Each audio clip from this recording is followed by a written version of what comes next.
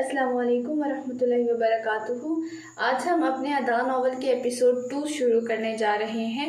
Video پسند آئے تو لائک کریں، شیئر کریں اور میرے چینل کو سبسکرائب کریں، شکریہ۔ جو خوشی لاہور جانے کے وقت تھی وہ اس وقت ناپید تھی۔ مردان آتے ہی کل ہونے والے ٹیسٹ نے ان دونوں کو بھٹلا دیا اور پھر وہ میوزیم ہال کے واقعے کو بھلا کر پڑھائی میں لگ جانا چاہتی تھیں جب انہیں گھر سے کال موصول ہوئی۔ شام کا وقت تھا اور تارا بغیر لباس بدلے کمر سیدھی کرنے پلنگ پہ ابھی لیٹی ہی تھی۔ تارا سونا مت، کل اہم ٹیسٹ ہے جس کی رپورٹ گھر جائے گی، اسی لیے دھیان سے پڑھ لو۔ بال باندھتے شیشے کے سامنے کھڑی فلک نے اسے کہا تو جواب میں اس نے سر ہلا کر کروٹ بدل لی۔ فلک نے افسوس سے اسے دیکھ کر باتھ روم کی جانب راہ لے لی۔ اس کی واپسی 10 منٹ بعد ہوئی تھی۔ وہ گلابی رنگ کے کھلے ٹراؤزر پہ بے ڈول سی سفید ٹی شرٹ میں تھی اور اس نے اپنے کافی رنگ بالوں کو ایک جوڑے کی شکل دے رکھی تھی۔ اس نے 3 ہفتے قبل ہی بالوں کو یہ رنگ دیا تھا۔ کمرے میں چھوٹا بلب روشن تھا اور کمرے کی پرسکون فضا میں تارا کے خراٹے کسی بے سری موٹر کی طرح معلوم ہوتے تھے۔ اس نے افسوس سے سوتی ہوئی ہاتھی کو دیکھا اور پھر شیشے میں اپنا عکس آخری بار دیکھ کر اس نے میڈیکل کی پہلی کتاب کو ہاتھ ہی لگایا تھا جب پلنگ پہ پڑا فون چیخا۔ یہ دنیا چاہتی ہی نہیں ہے کہ میں پڑھوں۔ افسوس سے سر ہلا کر اس نے آگے بڑھ کر پہلے کمرے کا بڑا بلب روشن کیا اور پھر تکیے کے قریب الٹے پڑے موبائل کو اٹھایا جہاں امی جان کا نام روشن تھا۔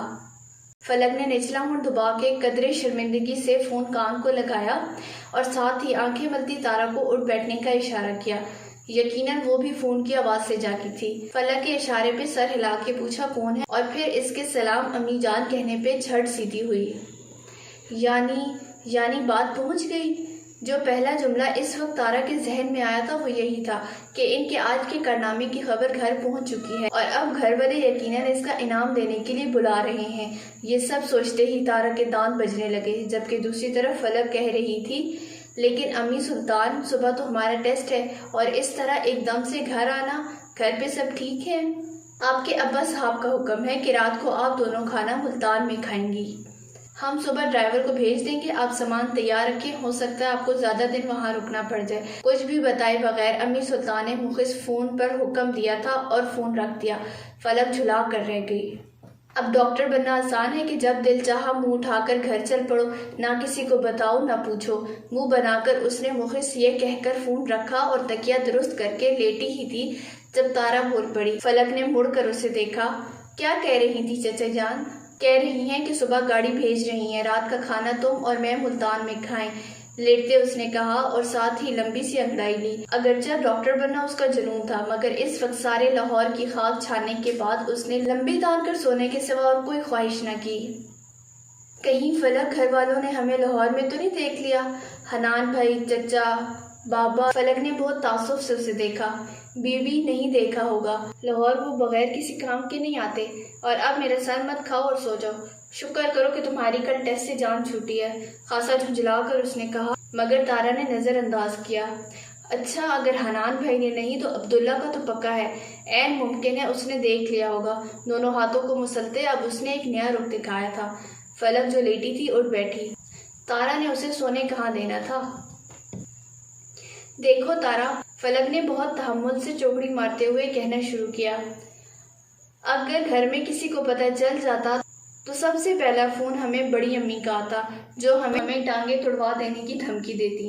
دوسرا فون ہوتا امی سلطان کا جو کہتی میں نے ان کو سارے خاندان کے سامنے شرمندہ کروا دیا اور اب اس کے لیے مجھے خدا کبھی معاف نہیں کرے گا۔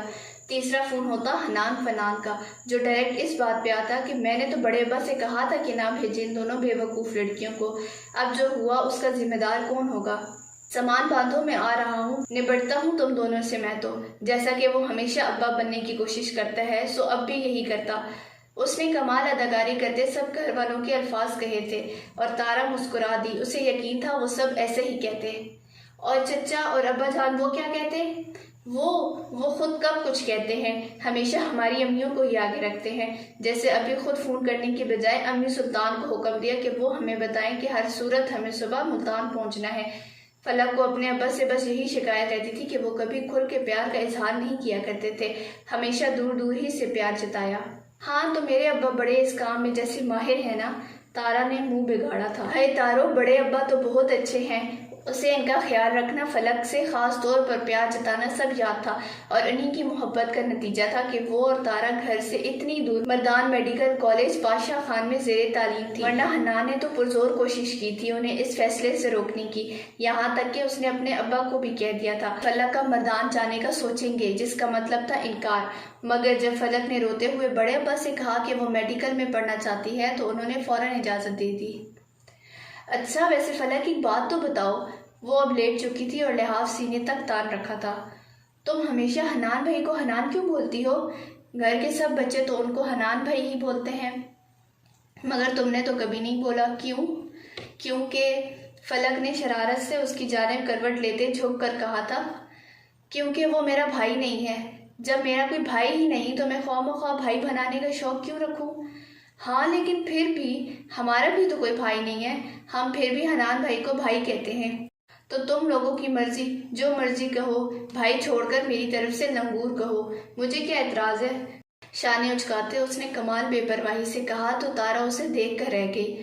اس گھر میں اگر فنان کے لیے کوئی لنگور جیسے الفاظ استعمال کرنے کی جرات کر سکتا تھا تو وہ صرف تارا تھی۔ اور ویسے بھی میں عبداللہ کو بھی بھائی نہیں کہتی، تو تم نے اس کا کیوں نہیں پوچھا؟ میں نے تو ویسے ہی پوچھا تھا، اب تم کہاں سے کہاں لے کر جا رہی ہو بات کو، خیر سوتے ہیں۔ یہ کہہ کر اس نے لحاف سر تک کھینچا تو فلک نے مسکرا کر سر جھٹکا اور بتی بجھاتی آنکھیں موند لیں۔ بھاگم بھاگ دونوں نے چند ضروری چیزوں کو اپنے اپنے بیگوں میں رکھا اور پھر ابھی ناشتے کی غرض سے ڈائننگ ہال میں داخل ہی ہوئی تھیں جب ملازمہ نے آ کر بتایا کہ ان کا ڈرائیور آ چکا ہے اور وارڈن انہیں بلا رہی ہیں۔ فلک اور تارا نے ایک دوسرے کو دیکھا اور پھر سامنے پڑی پلیٹ کو دھکیل کر اٹھ گئیں۔ ہاسٹل میں اگر کسی کو سب سے زیادہ رعایت تھی تو وہ صرف یہ دو تھی، ورنہ ہفتے سے پہلے گھر جانا منع تھا۔ وارڈن ان کے اثر و رسوخ کی وجہ سے خاموش تھی، ورنہ اگر ان کا بس چلتا تو وہ ان دونوں کو ہفتے کو بھی نہ جانے دیتی۔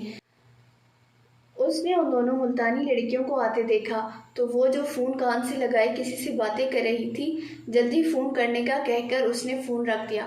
فلک اور تارا نے ایک دوسرے کو دیکھا۔ وارڈن نے اب ہم سے کیا کہنا ہے؟ ڈرائیور لینے آیا، پتہ تو ہوگا تم دونوں کو، یہ کہہ کر اس نے ان دونوں کو دیکھا تو دونوں نے اسبات میں سر ہلا دیا۔ آج تو چلی جاؤ، مگر آنے سے پہلے گھر والوں کو بتا دینا کہ پڑھائی کا نقصان ہوتا ہے، اسی لیے ہم صرف ہفتے کو ہی آ سکتی ہیں، سمجھی؟ انداز گویا ایسا تھا کہ حکم دیا جا رہا ہو۔ دونوں نے سر ہلا دیا۔ چلو اب جاؤ۔ دونوں نے اگلے حکم کے جواب میں خدا حافظ کہا اور باہر نکلے۔ ڈرائیور ان کا سامان ڈگی میں رکھ چکا تھا اور اب ہاتھ باندھے ان دونوں کا منتظر تھا۔ دونوں کے بیٹھتے ہی ڈرائیور نے گاڑی چلا دی۔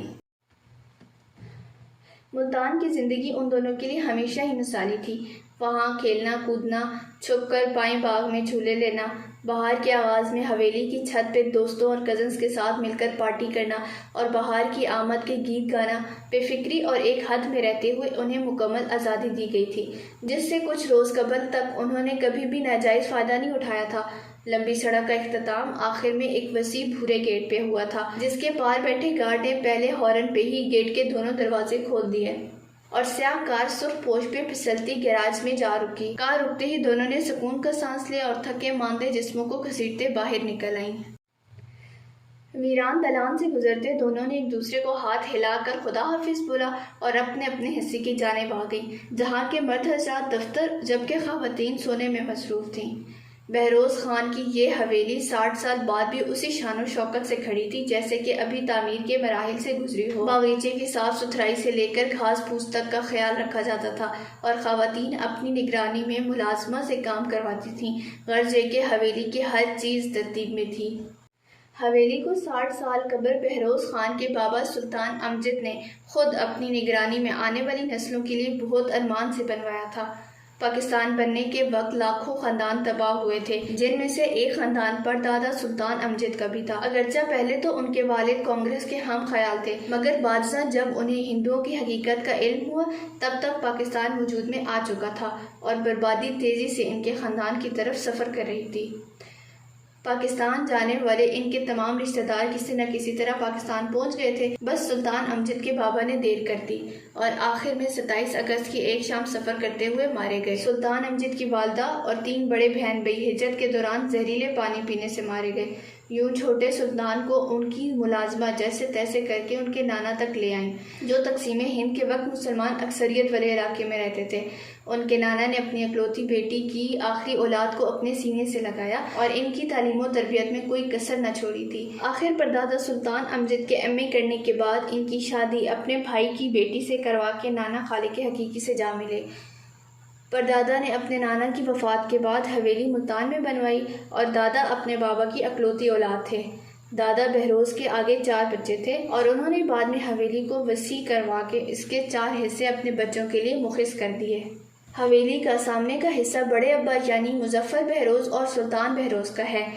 دائیں اور بائیں جانب 2 دروازے بنائے گئے ہیں۔ دائیں جانب کا دروازہ مظفر بہروز کے حصے کی جانب جاتا ہے، جبکہ بائیں جانب کا دروازہ سلطان بہروز کا گھر ہے۔ مظفر بہروز اور بطول بیگم کی 3 اولادیں ہیں اور 3 کی 3 بیٹیاں ہیں۔ بڑی آپی سدرا جو کہ ایف اے کے بعد آگے پڑھائی کی اجازت نہ ملنے پر گھر کی ہو کے رہ گئیں۔ آج کل ان کے لیے زور و شور سے رشتے تلاش کیے جا رہے ہیں۔ دوسرے نمبر پہ مہرین تارا جو کہ مردان میں پاشا خان میڈیکل کالج میں زیر تعلیم ہے اور آخری سال میں ہے۔ ڈاکٹر بن کر اپنے خاندان کا نام روشن کرنے والی ہیں، اگرچہ اسے ڈاکٹری میں کوئی دلچسپی نہیں ہے، مگر فلک کی ضد پہ اس نے داخلہ لے لیا۔ تیسری اور آخری اولاد ان کی سنیرا ہے جو کہ کل بی اے کے امتحانات سے فارغ ہوئی ہے اور گھرداری اور رسالوں کو پڑھنے میں لانے کا عزم کیے ہوئے ہیں، مگر فی الحال کامیابی رسالوں تک ہی محدود ہے۔ ان کے پہلو کے پوشن میں فلک سلطان اپنے بابا سلطان بہروز اور امی زہرا کے ساتھ رہتی ہے۔ سلطان بہروز کا نام ان کے بابا بہروز خان نے اپنے بابا سلطان امجد کے نام پہ رکھا ہے۔ فلک بھی تارا کی طرح میڈیکل کالج میں زیر تعلیم ہے اور آخری سال میں ہے۔ اسے ڈاکٹر بننے کا جنون سوار ہے۔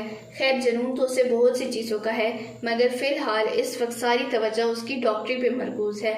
مستقبل میں کیا کریں گی کچھ کہا نہیں جا سکتا۔ اب ذرا پیچھے والوں کی طرف چلیں تو دیکھیں گے کہ پچھلا حصہ بالکل حویلی کے اگلے حصے جیسا ہے۔ پچھلی طرف فیضان چچا اپنے 2 بیٹوں اور یاسمین بیگم کے ساتھ رہتے ہیں۔ خاندان میں چچا فیضان ہی ہیں جن کے 2 بیٹے ہیں اور دونوں ہی سارے خاندان کی آنکھ کا تارا ہیں۔ چچا فیضان کے بڑے بیٹے حنان ہیں جو کہ بی اے کے آگے نہ چل سکے۔ حنان بھائی بڑی بڑی مونچھوں کے مالک، ہر وقت خاموش رہ کر سامنے والے کا صبر آزمانے والی شخصیت ہیں۔ اپنے سے چھوٹوں پہ ہر وقت غصہ کرنا اور کنٹرول میں رکھنا ان کا پسندیدہ پیشہ ہے۔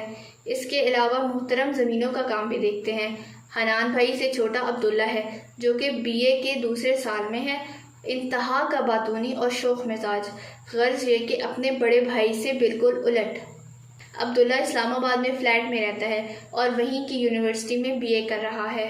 ان کے پہلو کا پورشن سال میں 2 مرتبہ ہی آباد ہوتا ہے، جہاں ریشمہ پھپھو اپنے 3 بچوں کے ساتھ آ کر پنڈی سے رہتی ہیں۔ ان کا چکر سال میں 2 دفعہ لگتا ہے۔ ان کے شوہر پھپھا اکبر پولیس میں ہیں اور پنڈی جیل میں سپرنٹینڈنٹ ہیں۔ ان کی 3 بیٹیاں ہیں۔ بڑی بیٹی مومنہ 17 سال کی ہے جو ابھی کالج میں داخل ہوئی ہے۔ اس کے بعد کنزا ہے جو کہ 16 سال کی ہے اور میٹرک میں ہے۔ آخر میں شفا ہے جو کہ 8ویں جماعت میں پڑھتی ہے۔ پھپھو ریشمہ خاصی محبت کرنے والی، بچوں بڑوں کی آنکھوں کا تارا سمجھی جاتی ہیں اور خاصی شوخ مزاج اور چنچل طبیعت کی مالک ہیں۔